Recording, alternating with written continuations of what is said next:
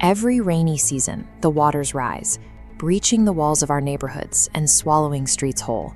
It is a deadly, recurring reality that costs lives and destroys homes year after year. Yet, if you look at the national ledger, you'll see massive, multi-billion peso budgets explicitly allocated to fix this exact problem.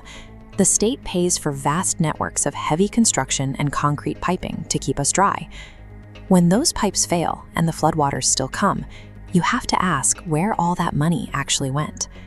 Engineers often point to poor maintenance, but a specific group of insiders witnessed a different cause for the missing money. They saw a process that happened far from the construction sites, witnessed only by a select few on the inside. Now, the curtain has been pulled back by a group of 18 former military personnel, disciplined, trained Marines who state they were directly hired to handle, transport, and deliver the diverted public funds. These men are the bridge between the devastation in our streets and the hidden wealth of the political elite. They describe a system that essentially functioned as a broken ATM for the powerful. Instead of buying concrete and paying for labor, government infrastructure contracts were systematically converted directly into untraceable cash. The scale of the theft they outline is staggering. We are looking at alleged kickbacks totaling up to 850 billion pesos. Moving that volume of physical currency requires immense logistical coordination. The Marines testified that the cash was packed tight into high-end Rimowa suitcases to disguise the massive weight and bulk. This breaks down their exact carrying capacity. The smallest bags packed 20 to 25 million pesos. The medium luggage held 40 to 50 million. The largest suitcases topped out at an astonishing 70 million pesos. This was a continuous operation.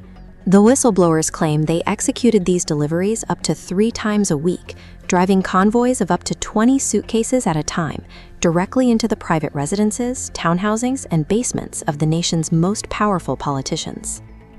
What they are describing is an active, highly regimented physical cash delivery network operating right beneath the surface of the capital. Going public with a joint affidavit detailing this massive operation triggered an immediate, aggressive response.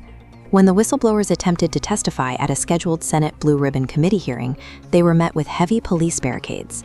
State forces physically blocked the building entrances to prevent their testimonies from reaching the public record. Before the barricades, there were softer tactics.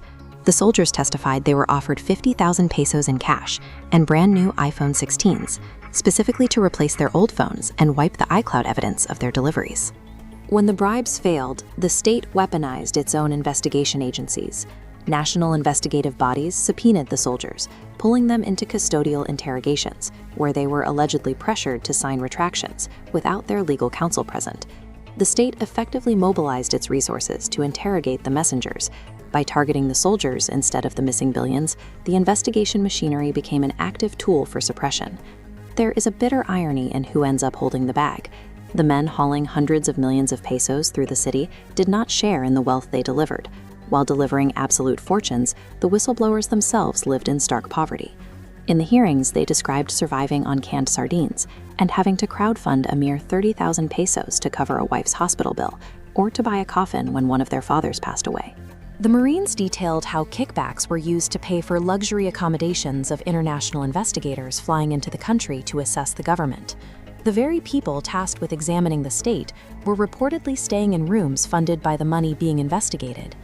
These men physically held enough wealth to solve their financial struggles forever. Instead, they walked away destitute and placed themselves in the crosshairs of the state, solely to bring this network into the light. Those luxury suitcases were packed with your money. That 850 billion pesos represents stolen hospitals, unbuilt schools, and neglected public services. And the consequences are physical. Every time heavy rains hit, those ghost projects manifest as the dark, deep floodwaters that swallow your homes and businesses. If these whistleblowers are silenced, the message is clear. Systemic theft on a national scale is permanently untouchable. The only shield capable of protecting these men against the vast resources of the state is intense public scrutiny. accountability requires an audience.